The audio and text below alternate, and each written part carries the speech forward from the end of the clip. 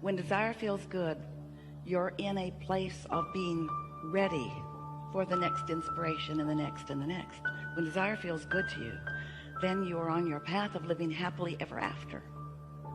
If you have something that you want, especially those desires that you have wanted for a while, and you have not been able to identify consciously a clear path to the receiving of them, a clear path to the manifestation of them, then sometimes, nearly always, you begin to feel discord. You call it impatience or disappointment or even fear, doubt. Sometimes you feel blame of others or unworthiness that it hasn't come to you, or irritation that the same kinds of things are coming to other people but not to you. And so when your desire doesn't feel good to you, it's not on track, and that's why it doesn't feel good to you.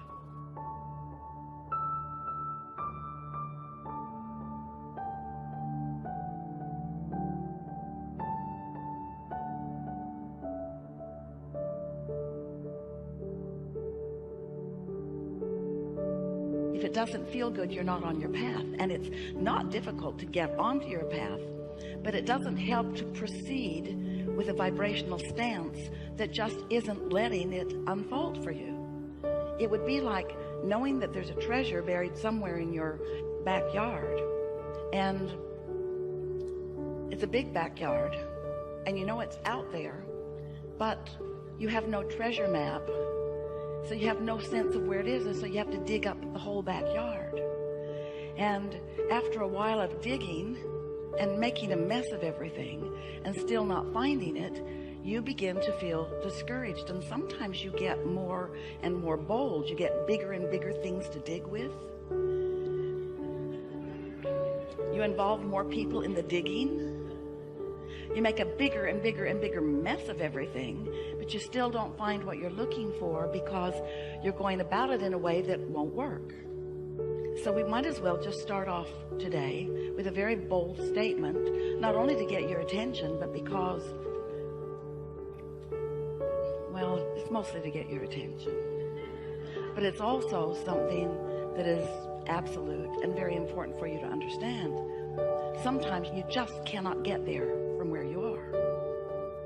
And that sounds different from what you usually hear from us, because you count on us as being your optimistic friends who say you can be or do or have anything that you want. And while that is still true, sometimes you cannot get to where you want to be from where you currently are. But we're talking about your vibrational stance, and what we're really talking about is that sometimes you, fairly frequently, almost always, that what you are doing is you are wanting to get to a different place from where you are.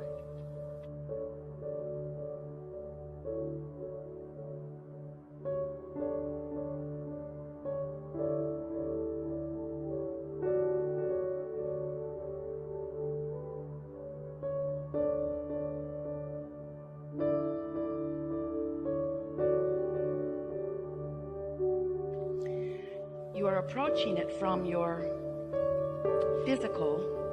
It's so nice to be physical. Observational. It's so nice to have the ability to see and hear and smell and taste and touch. From this very tangible, manifest things into a reality where I and others can see them. So often you want it to be about something that is not parked in your garage yet, that you want to be parked in your garage. And there's an element of dissatisfaction within you as long as this beautiful new vehicle that you want is not parked in your garage. And there's something about you, human creatures that you are, that causes you to go to the garage and notice it isn't there. And in your awareness of its absence, you continue a vibration that makes it very difficult for you to find the path to it. And we get how you would be that way, because You were born into an environment with all of your observational ability. And your observational ability is essential to why you are here. It's what allows step one of the creative process to happen at all. Step one says, when you know what you don't want, you know what you do want, and that's the asking part of it. And you could not come to any of those conclusions, or many of them, without your observational senses. And so we're not trying to talk you out of seeing and hearing and smelling and tasting and touching. We just want you to know that once you have identified that you want something, then using those senses to take score of where you are in terms of the manifestation of it is counterproductive.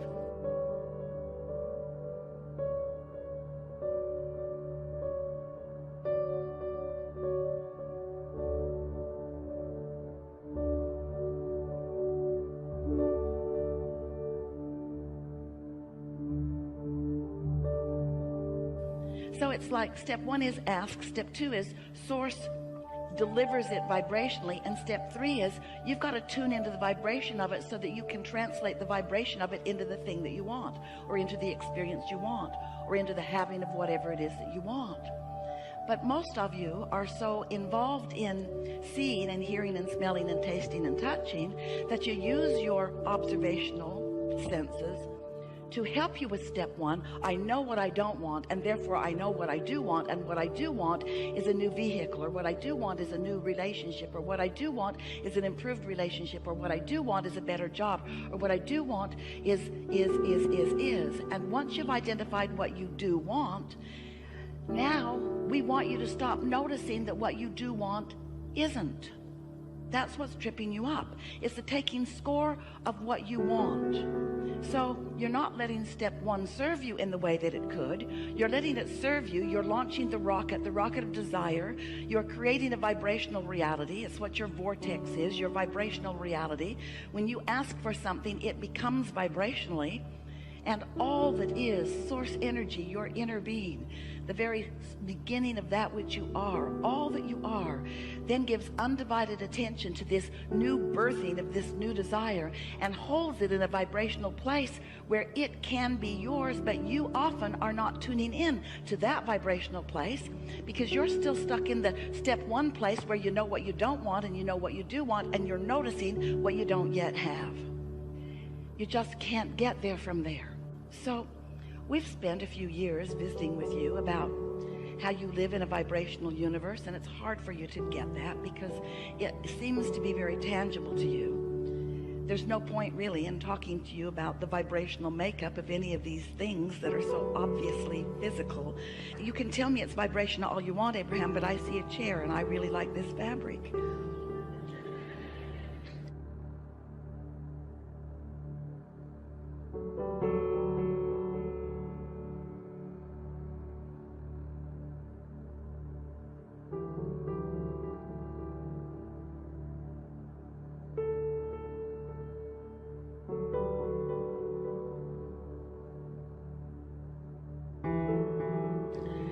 So talk about the vibration of it if you must, but I'm a physical human here in a physical body, and I'm used to looking at chandeliers and lights and room dimensions and measurements and what everybody's wearing or not wearing and so forth.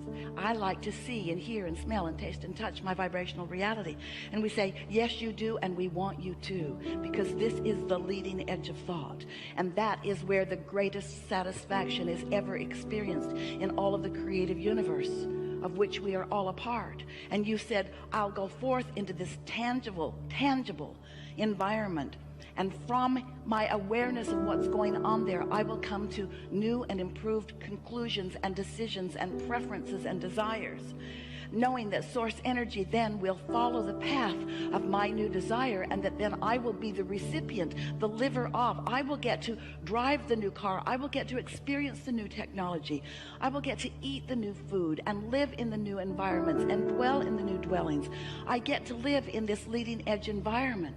But you didn't come to just live in this leading edge environment. You came as a creator of this leading edge environment, and you will never be happy if you are only in an observational state. You will never be happy if you remain only in a reactionary state.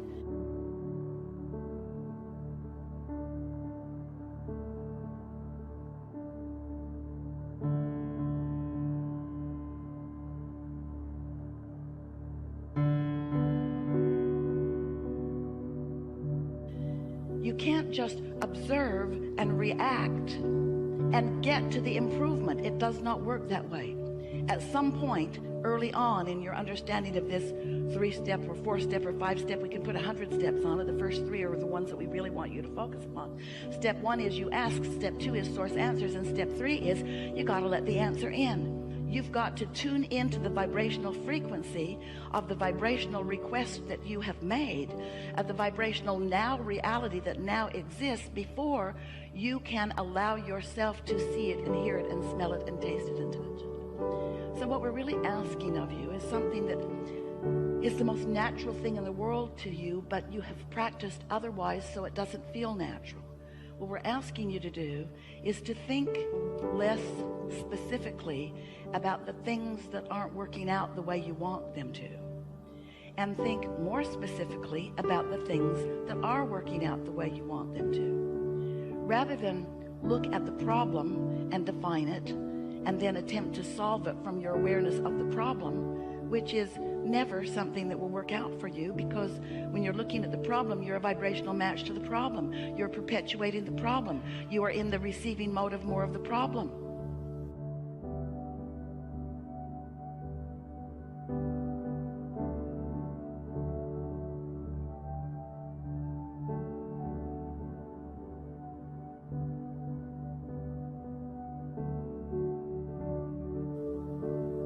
Find a way to identify the problem and then back off from your awareness of the problem and see it as a request for something different, and then find a way to be a match, a vibrational match, an emotional match to the new and improved that you are asking for. And that's really why you came. Not because things need to get done, and not because things are broken that need to be fixed, but because it's oh so fun to get to bring your awareness into an environment where you specifically and importantly choose what matters to you, and then you find the vibrational stance that lets the universe deliver it to you. When you get to witness that, what you're really witnessing is your personal attunement to your personal desires. And what most people are mostly witnessing is their personal attunement to a reality that already exists, to which they are having a knee-jerk response. So you kind of have to decide, am I a creator or a regurgitator? Do I create my own reality, or do I just keep observing what is and keep being a part of regurgitating more of that? There's a war against this and that and the other. There's a war against so many things. And everything that there's a war against, things are getting bigger, because when you look at something, wanted or unwanted, you become a vibrational match to it, and law of attraction makes you part of the swelling of it, of the growing of it, of the evolution of it, you see.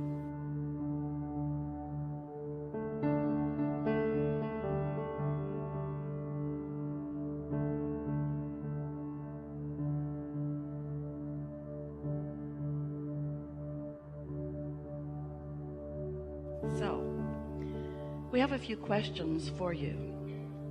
Not because we don't know the answers, because we have a very clear vibrational awareness of where each of you stands in relationship to what each of you desire. It's just perfectly clear. But the reason that we're going to ask these questions is because we would like to bring you to a more centered place in your awareness. We would like to help you to find that, some call it grounded, we call it essential, that beginning vibrational root of who you are. Because if you can frequently return to your vibrational knowledge, then what happens is you stop all the chatter that doesn't matter, that is preventing you from a clear and, more important, satisfying path to the unfolding of what you want. So, just some fun questions. Call out if you want, or just project with your thoughts. Either is fine, because it's all for you. Do you understand that you are more than this physical body?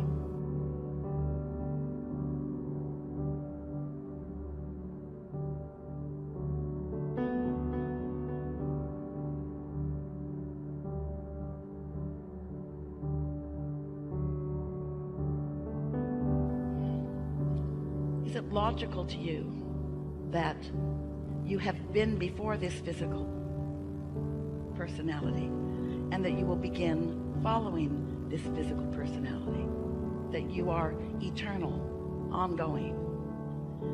Can you feel some logic in that? Can you feel that there is not a veil or a wall or even really an important differentiation between the non-physical part of you before you were born and the physical part of you now that you are born? In other words, can you stretch your awareness of who you are to include who you really are, the whole of who you really are? Can you acknowledge that you are sourced, that there is a source of you who is in real time aware of you? That's really the question. A non-physical part of you, keenly aware of this physical part of you. Can you find that knowledge?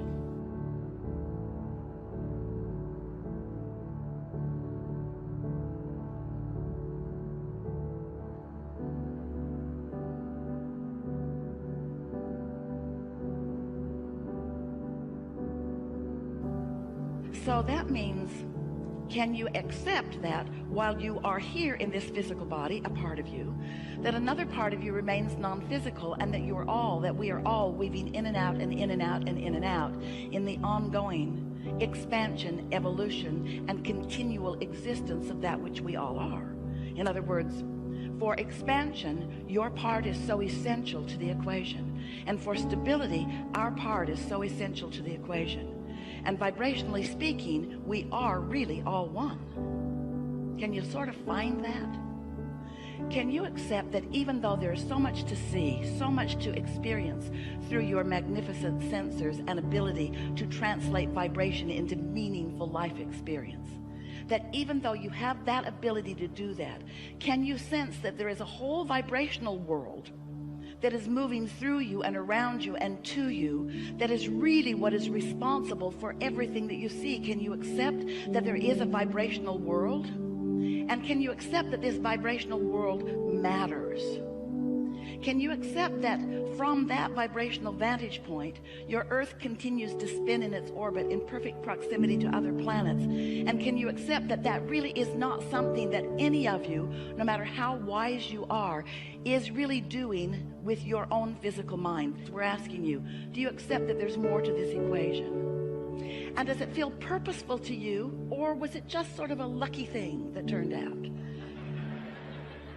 A sort of random thing that just happened, and bam, perfection. We spin in our orbit, eon after eon after eon, in perfect proximity. How odd that must seem if you think it is random. But when you think about the purposeful existence of that which you are, and the importance of the continuing of that which you are, then can you see that the continuance of that which you are and we are, and that all that is really about new ideas calling energy forth into new time-space reality? Do you think that as you're here in this physical body, in this magnificent time and place, do you think that there's another realm somewhere else that is really more complete, more perfect, more finished, that you are striving to join? Yeah, we thought you might think that, but it's not like that. It's not like that.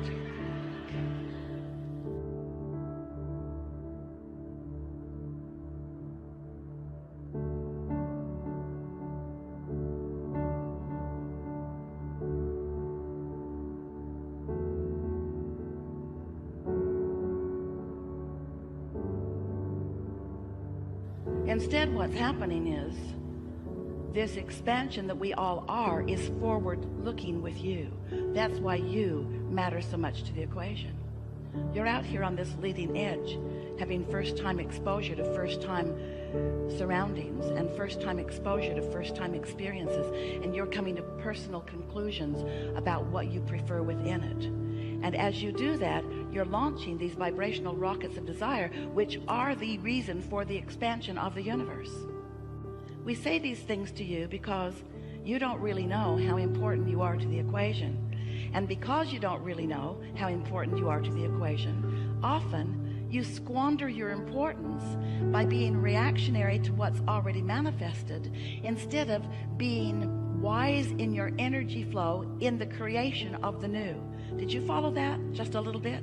When you see something and you know you don't like it, and that's all right, that's what step one is, but then you stay fixated on what's wrong with what you don't like, you hold yourself in a pattern of vibration that does not allow you to be the receiver of the improvement, because the vibration of the question or the problem is different than the vibration of the answer or the solution. So what we're really saying to you in the lightest way we can say it, and we think you can follow it given the questions that we just asked and that you just answered, you're sort of, most of you, stuck in step one.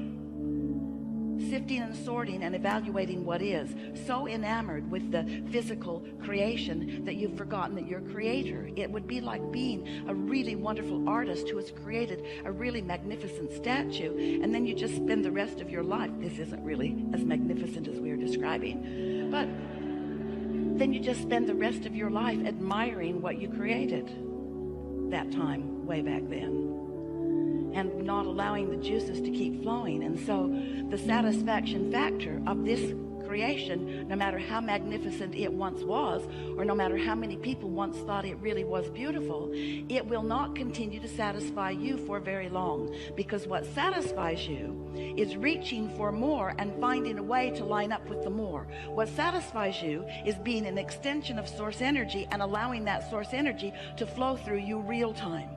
And so when you are reacting for more than a moment to something that's going on in your human environment, when you're reacting to it and holding your consciousness about this thing that you are not really enjoying or not wanting, then even though you've launched rockets of desire, and even though source is all over it, and even though streams of consciousness are flowing to it, and the energy that creates worlds is already flowing toward the creation of the new improvement, if you're holding yourself in awareness in reaction to the problem that you don't want, then you never become part of the solution, and you never feel satisfaction. You never feel a moment of satisfaction, because you know what satisfaction is?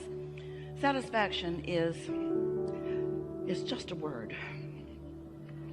Like so many words, satisfaction is a word descriptive of the way you feel. And satisfaction is the best word that Esther can find that means what we mean when we say the blending in any moment of the perspective of your human perspective and the perspective of your non-physical God force perspective. When you are looking at anything in a way where you are not in the moment introducing resistance because of a sort of varied, flawed premise from who you really are, you feel satisfaction. In other words, let's say life has helped you to realize that you really could use more money. And in your awareness that you could really use more money, and that awareness might come up often, many times in a day, let's say. So every time that happens, you launch a rocket of desire, a request really for more abundance. And each time you do that, your abundance grows vibrationally in what we are referring to as your vibrational reality. It's like the beginning steps of the creative process.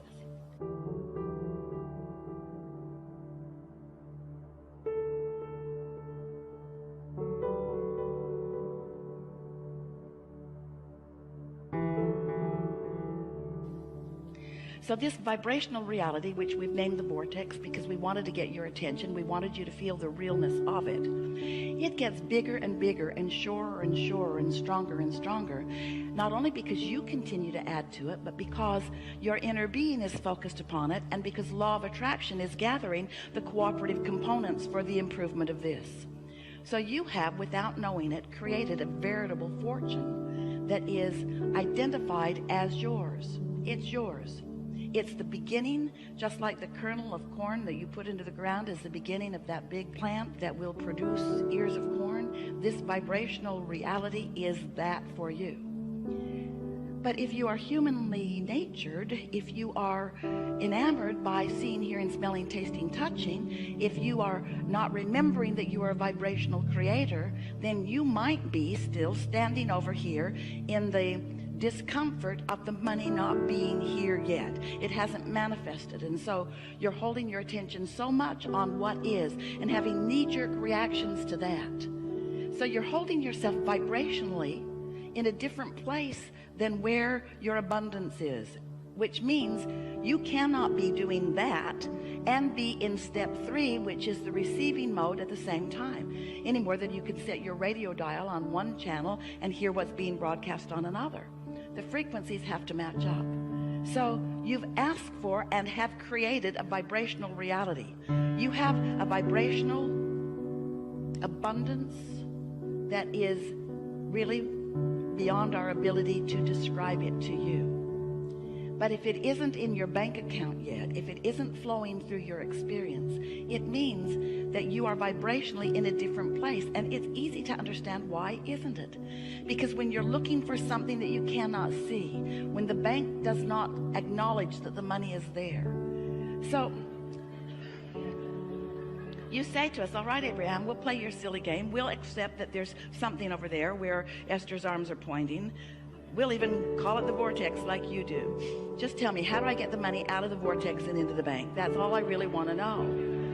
And that's what we want you to know too. We want you to know that this vibrational reality that you have created is yours and yours alone. In other words, no one else is going to sweep in and take it away from you. But you've got to find a way of getting to the receiving mode of it. So if you've been listening to us for a while, we've been telling you all kinds of suggestions about how you might do a better job of getting into the receiving mode. But what so often happens to you is that you have a knee-jerk response to something, and then you do a process, something that we've offered or someone else has, that makes you feel a little better for a moment. But you don't often really get to that place of knowing that what you're asking for is really real and is really yours and is really coming. Because there's something so objective about looking where something isn't that makes it feel odd to talk about it as it is. And you listen to us, we say, but it really is, it's vibrational, you can't see it yet. And you want to believe that, we want you to have faith that it's there. But mostly you say, I'll see it and then I'll believe it. And that's easy, isn't it? Only problem with that is you're seeing what others have believed, because they had to believe it before they could see it. And so if they believed it, then they saw it, then there it is for you to see. And then you say, whoa, whoa, whoa, whoa, whoa. We need to do something about this. There seems to be something going wrong, because whatever is happening, however it's getting created, I don't like it that much.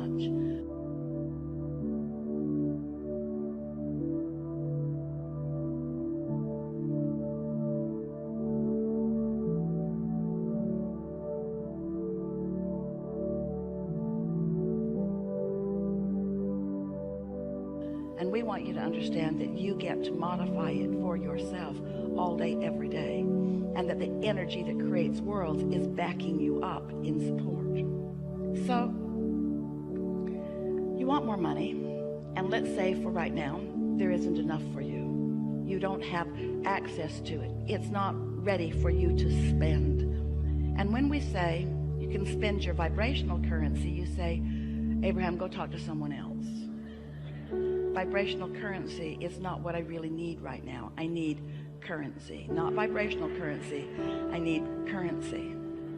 And we say, and therein lies your problem, because your need for the currency you don't have will keep you from resonating with the currency that you do have. And until you begin to resonate with the currency that you do have, it can't become bigger. In other words, these thoughts cannot turn to things. Have you been hearing us talking about turning thoughts to things? You got to wonder how things happen. Where does the economy come from? There are not pipelines from other planets piping in resources. You're turning thoughts to things. That's what the expansion of all of this is about. And so when you accept that you are turning thoughts to things, if you could just hear us, believe us, know what we mean when we say, oh, the vibrations that you have created, the basis of all of the tangible things and experiences that you desire, the basis is so expansive and so deep and lucrative and based in all that is good, that if you could just begin to get a whiff of it, and you could just hold yourself within range of that vibrational frequency, then those vibrations, which you can't see or hear or smell or taste or touch, you can't even make a thought out of them in the early stages. Those vibrations, if you hold yourself, these are the words, not in opposition of them. In other words, when you stop doing that thing you do that holds you in opposition of them, when you let your cork float, when you let your mind be still, when you stop beating the drum of what is, you let what you really want to be what is get a little bit of momentum going. That's how the deliberate creative process works.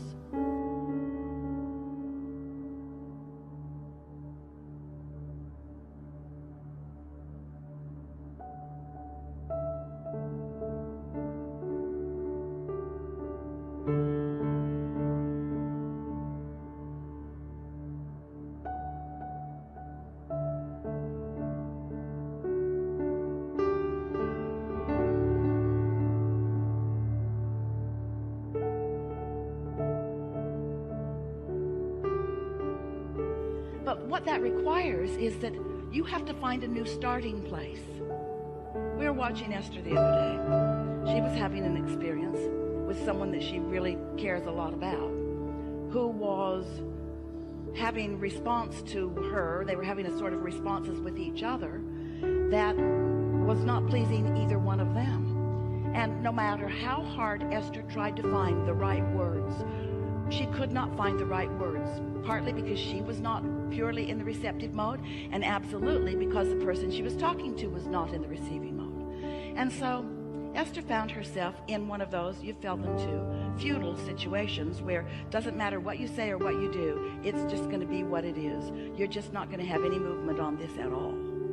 And so then, once the conversation ended, now Esther is still trying to think about it, but still getting no movement about it. No movement. In a sort of rut. You ever find yourself in a rut? So something's gone wrong. You don't want it to be wrong. You try to pivot. Abraham said, pivot. Pivot. When you know what you don't want, think about what you do want. But there's something so tangled in your vibration right now about what you don't want that even when you try to think about what you do want, it's in defiance of what you don't want. In other words, it's all tangled in there together. You just can't get there from there. So Esther got out, Ask and It Is Given. Her favorite book. 22 processes in the back of it. 22 processes of what to do when different things happen. So she did a little of this and a little of that and a little of that, a little of this, a little of this, and she got feeling a little better. But not good enough that that thought left her mind altogether. So all day long, she stayed in a sort of rut that she had created. This is what I've got, but this is what I want, and this is what I've got, but this is what I want, and this is what I don't want, and this is what I do want, and this is what I don't want, and this is what I do want, and this is where I am, and this is not where I want to be, and this is where I want to be, but this isn't where I am, and this is where I am, and I don't want to be here. I want to be over there, but I'm not over there. I'm over here, not over there. I'm over here, not over there. I'm over here, not over there. It was exhausting.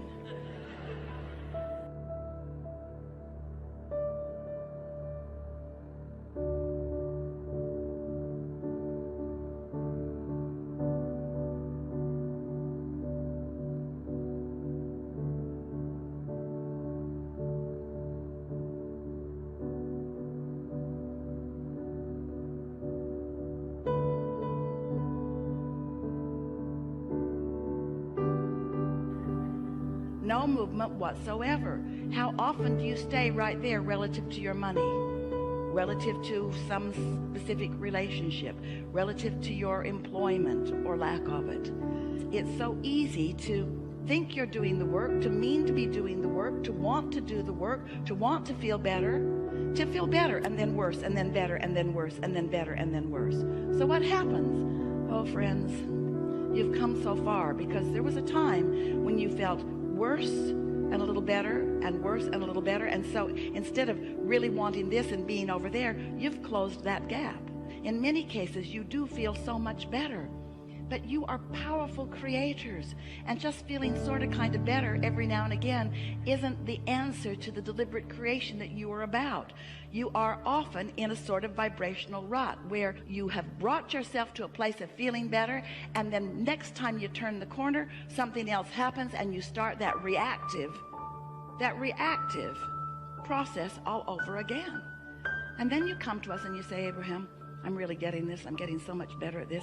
I'm better in this than I've ever been, but those people at work are so negative.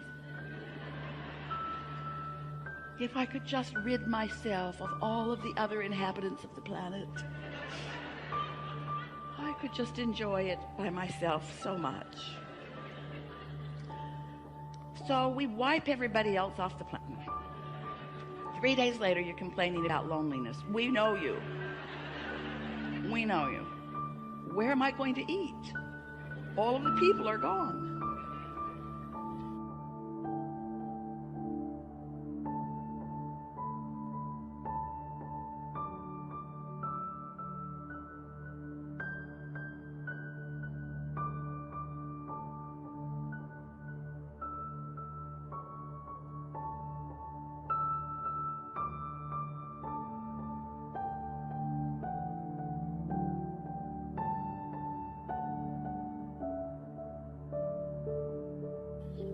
So, we've enjoyed this interaction immensely. So, we've identified sort of what's been going on for many of you. Esther has focus wheeled herself into oblivion on some situations, because she believed that if she just did another 100 or 2 focus wheels on a certain situation, that then she would be able to communicate with this particular person and everything would be wonderful again. And then we began saying to Esther, you know, sometimes law of attraction causes you to go this way. In other words, it's not your job. We are not having these conversations with you so that you can control, not through your action and not through your strength and not through your prowess, but through your vibrational alignment. We are not giving you any of what we know about these laws of the universe to help you be powerful in controlling anyone or anything. What we are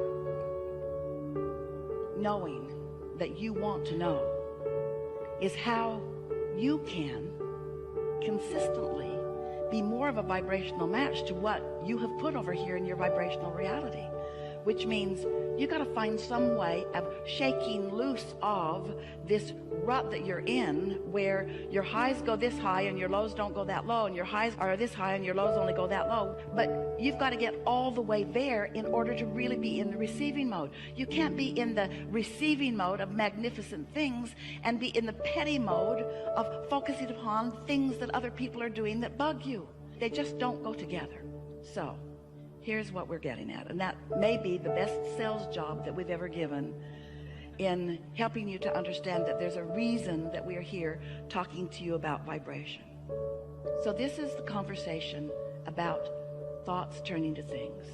This is the conversation about you being so practiced in a thought that that thought becomes a pure expectation, an absolute belief, a belief that holds no doubt, a belief that doesn't contradict itself, not a hope, not a yearning, not even so much a belief, but a knowing, an unequivocal decision made by you, practiced by you, known by you, exuded by you, and the cooperative components of the universe assisting you in being the receiver of the ongoing, evolving, evolutionary receiver of the satisfaction as each and everything that you desire blossoms into your experience, giving you unequivocal satisfaction moment by moment as it moves along. But you've got to start someplace other than over there so close to where you are.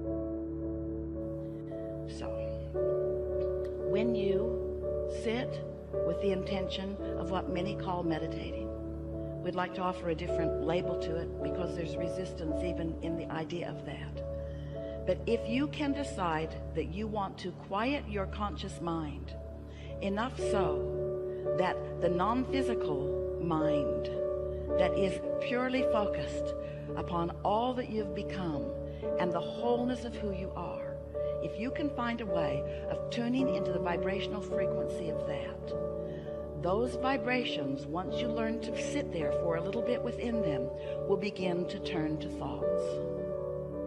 And when those thoughts come, you will feel and understand, while we don't want you to focus very much upon them, the pleasure and the satisfaction of that thought. And as you sit there, not distracted by current, what you want to call reality, but experiencing the whole of your now vibrational reality, what's in your vortex will be able to make its way into your manifested world through the pathway that is your non-contradicted mind. Does that sort of make sense to you?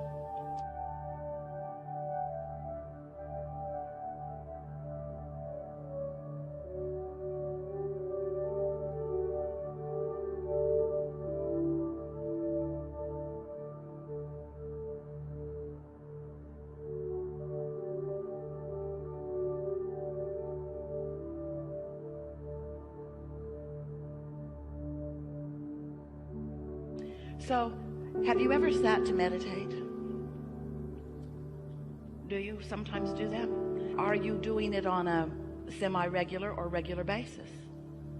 And when you sit to meditate, when someone suggested to Jerry and Esther that they meditate, as soon as they got away from that person in the car, they said, "That's just weird."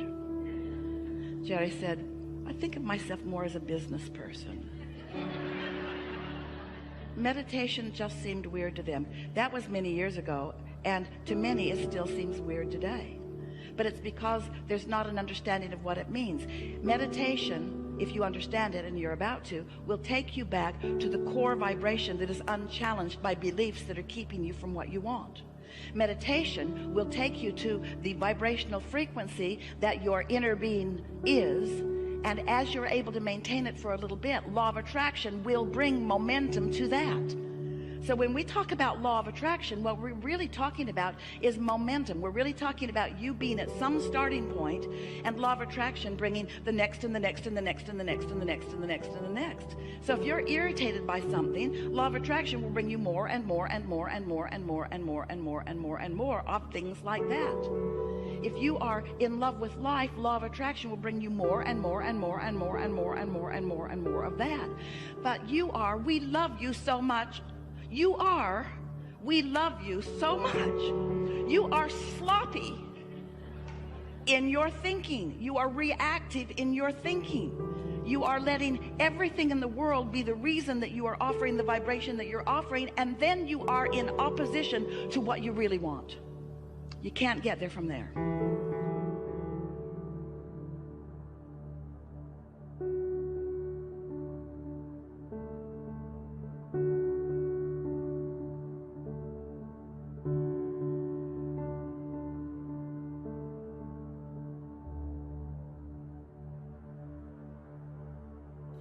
So, when you sit to quiet your mind, at first it's very difficult because your mind has been trained to be responsive to your environment. But when you quiet your mind, and what that requires is focusing upon something quieter. Esther sat to meditate yesterday, and she had a load of clothes in the washing machine. And a door closed, but she could still hear the clanging and the banging of the zipper on the jeans. And it kept her from being able to withdraw from her physical experience. Just something that simple. And she thought, well, it'll stop in a minute, but it didn't. It was an hour and 12-minute cycle.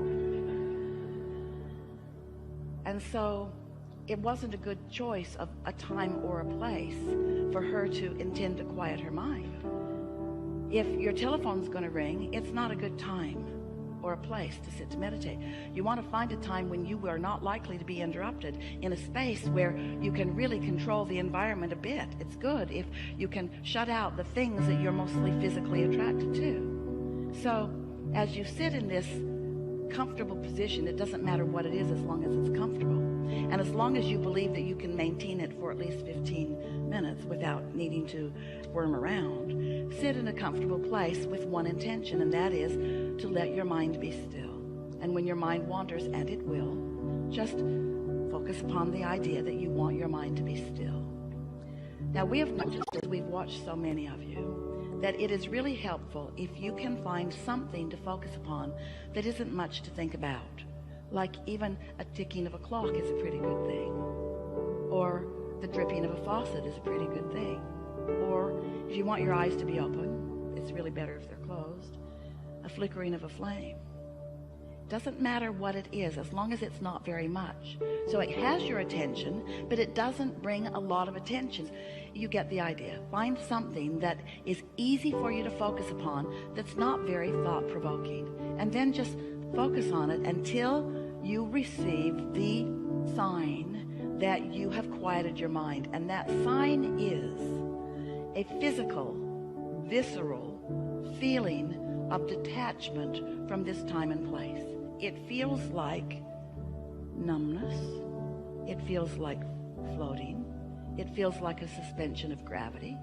It feels like detachment. It feels like soothing.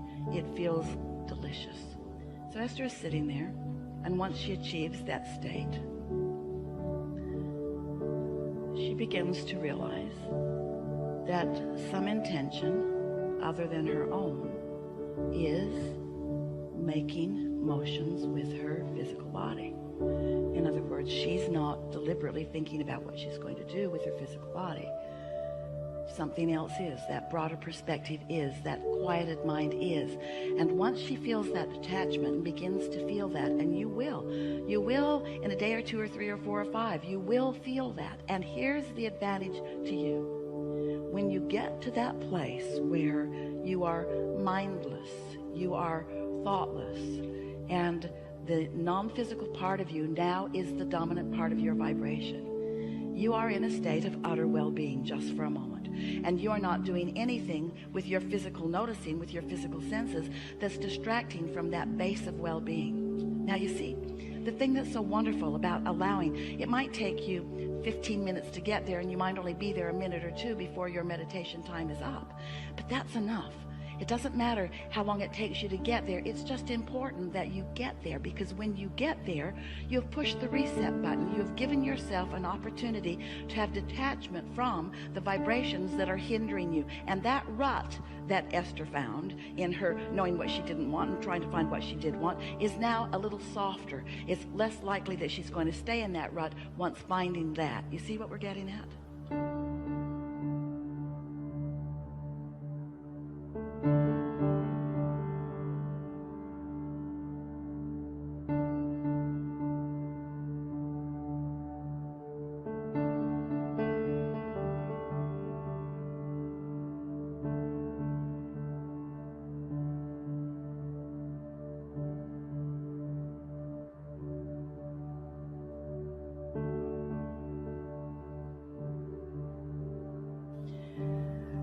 We can feel that you're not feeling very engaged in the idea of this, but the reason that we're sticking with this subject anyway, even though you might be feeling a little resistance to it, is because we know that if you will allow yourself that quieted place, it's like a high-rise building that somebody has told you is not steady on its foundation. And so you just put more rebarb up in the top of it and more concrete and try to guy it out, maybe to sky hooks or to other buildings or maybe to the ground. But if the foundation of that building isn't secure, it's not going to stand in that secure place very long, and neither are you. And meditation will take you back to your primal, not quite the right word, but you know what we mean, to your grounded, not quite the right word, but you know what we mean, to the very base, to the core of you, to the vibrational center of that which you are, to the goodness that is you, to the whole that is you, to the vibrational reality that is you, to your inner being who knows everything that you are wanting and knows where you stand in relationship to everything that you want.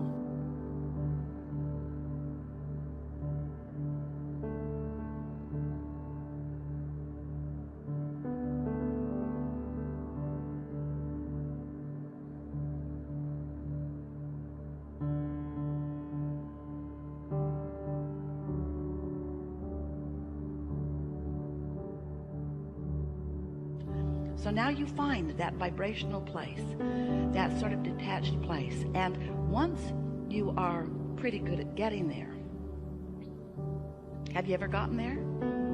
You know what we're talking about? Once you are pretty good at getting there, what you will notice, if you will allow yourself to stay in that vibrational place for a little bit, is that the vibration will begin to turn to thoughts. Thoughts will begin to occur to you. And you will know the perfection of those thoughts because of the way they feel as they come across your mind. Now, when the thought comes, don't try to think about it. You're in the receiving mode. Receive the thoughts. Receive the thoughts. Let your vibrational reality and your inner being be the deliverer of the thoughts. You are the receiver of the thoughts. And as you allow yourself to be the receiver of the thought, and you don't contradict the thought by, oh, I wonder if that was my thought, or if that was my inner being's thought, or I wonder if I really thought that, or who thought that, or was that a good thought, or was that a bad thought? I don't even know if I'm thinking good thoughts or bad thoughts. I'm not sure. Just let it be. And as you just let it be, law of attraction and momentum will cause that thought to become more and more and more until an idea will explode in your mind that will make you say, this meditation's over. I got places to go, things to do, people to see. In other words, you'll find yourself very soon feeling enlivened for the day. And it doesn't take more than about a week of that, and we're only talking about 15 or 20 minutes, before, as you begin your day like that, then everything in your day, these ruts that you've been in relative to different relationships or different situations, will begin to soften out. They will begin to dissipate. The problems will dissipate. And if you don't get too carried away in taking score of what's dissipating, and instead you just enjoy, you just find the satisfaction factor in finding your clarity and your strength. Oh.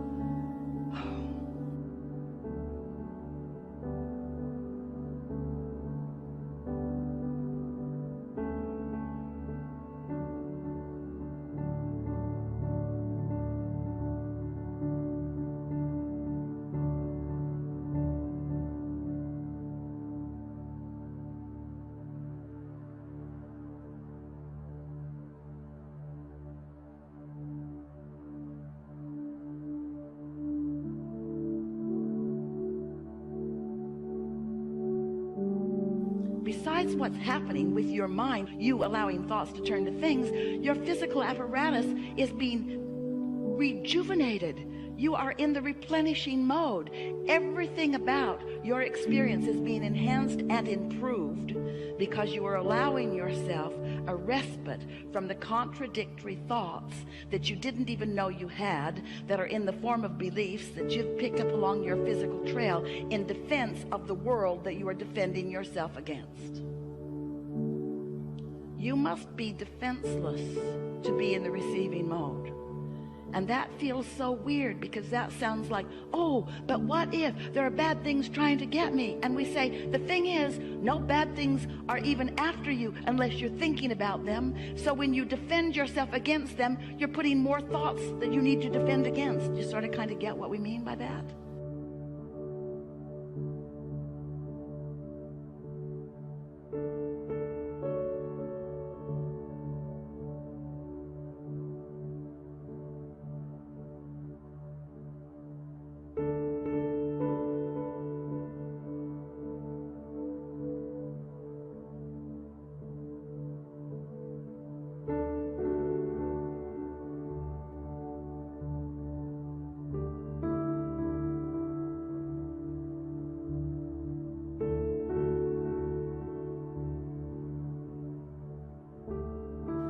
there is no law of assertion. There's only a law of attraction. Nothing is being asserted into your experience. It is all being attracted into your experience.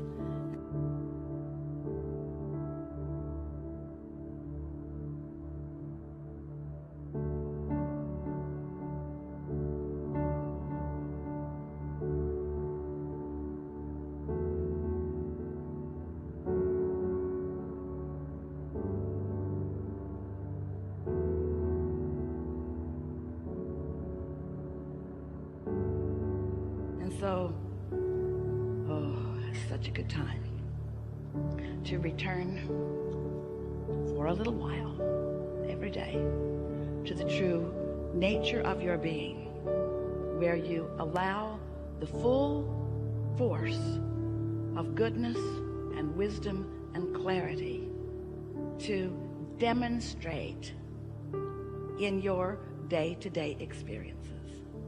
It is our promise to you that you will notice an improved manifested state right away. But we don't want you to take score, because we want for a little while your attention to be off of your manifested state.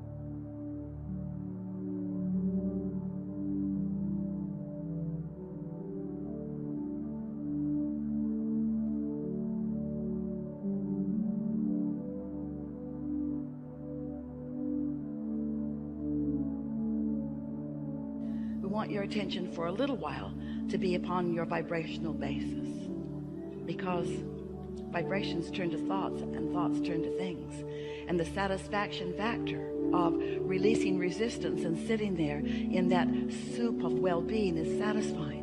And when a thought comes into your mind that's about well-being and love, when it's a thought that you can't even articulate, it's just a feeling of well-being, that's a satisfaction. And when that thought turns to a thought of something that you're appreciating, and you allow yourself to just ponder that thing that you're appreciating, there's satisfaction. And then when that thought gathers up another thought or two, and you begin to feel enthusiasm in your experience, that's satisfaction. And then when you move out into the day, and your timing is better than it's ever been, that's satisfaction. When you find timing everywhere you go, that's satisfaction. And you're the only one that will be witnessing it, because you're the only one that really knows what you've been asking for. But as it is demonstrated to you, not because you finally deserve it, but because you finally allow what you do deserve.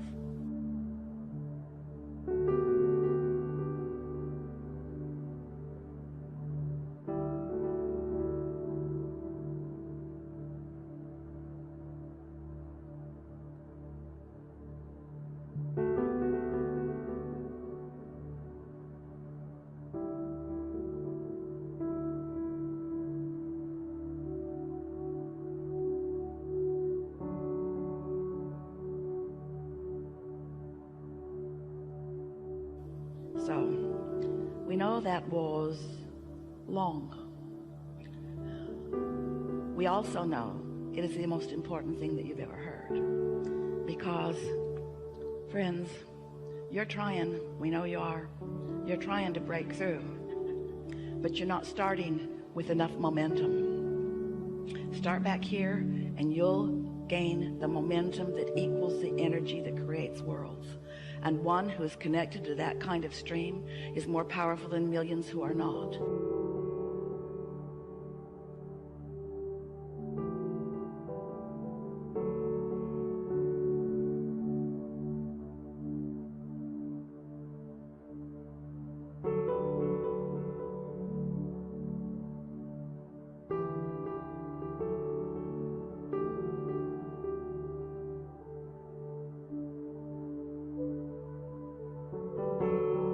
You can be a force for the goodness that you are. You can be a demonstrator of the well-being that is for everyone to receive.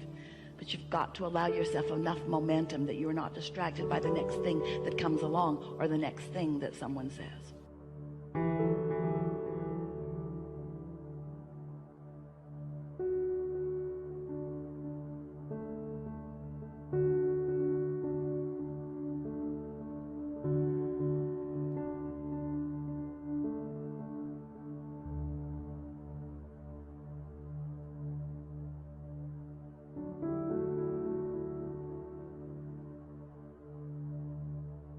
eager to talk with you about what matters to you. If it is important to you, it is important to us.